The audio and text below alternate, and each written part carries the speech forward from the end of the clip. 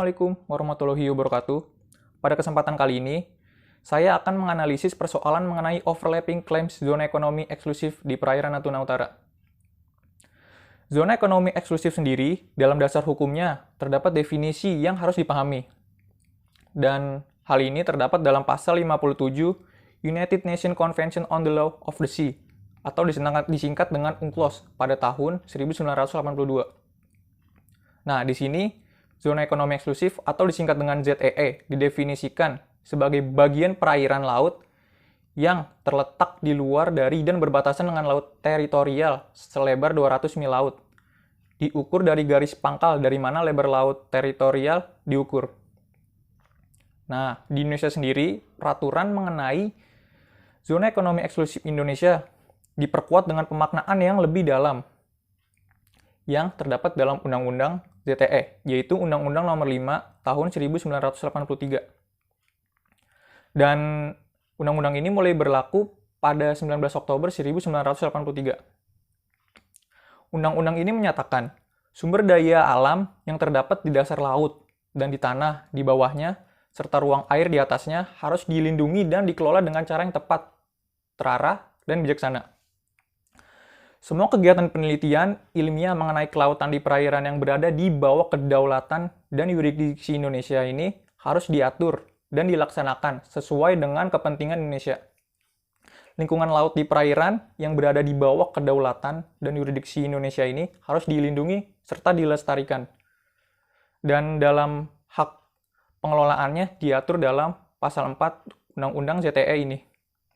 Lalu, terkait kasus mengenai Cina yang mengklaim bahwa perairan Natuna Utara masuk dalam wilayahnya ini berawal dari ketika kapal asing penangkap ikan milik Cina memasuki perairan Natuna di Kepulauan Riau.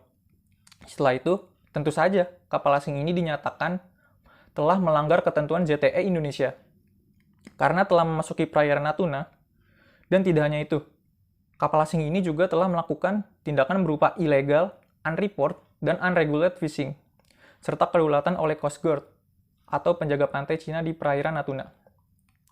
Cina mengklaim bahwa Natuna berada pada garis putus-putus atau Nine Dash Line milik Cina, yang hanya ada pada peta Cina saja. Cina juga berpendapat bahwa Nine Dash Line milik Cina ini muncul pada saat setelah Perang Dunia Kedua, bahkan sebelum adanya UNCLOS 1982. Dan hal ini dijadikan alasan yang jelas oleh Cina bahwa para nelayan Cina telah lama beraktivitas di perairan yang saat ini sedang disengketakan. Tentu saja, pemerintah Republik Indonesia sangat membantah secara keras pernyataan dalam klaim historis ini karena tidak didasari oleh hukum yang jelas dan bahkan tidak pernah diakui oleh UNCLOS ataupun internasional. Sehingga secara sah bahwa perairan Natuna ini bukanlah wilayah yang dimiliki oleh Cina. Lalu, mengenai upaya penyelesaian dalam sengketa ini bisa dilakukan dengan regulasi yang ada pada pasal 3 Undang-Undang Nomor 5 Tahun 1983 atau Undang-Undang ZTE. Pada ayat 1 berbunyi, apabila zona ekonomi eksklusif Indonesia tumpang tindih dengan zona ekonomi eksklusif negara-negara yang pantainya saling berhadapan atau berdampingan dengan Indonesia, maka batas zona ekonomi eksklusif antara Indonesia dan negara tersebut ditetapkan dengan persetujuan antara Republik Indonesia dan negara yang bersangkutan.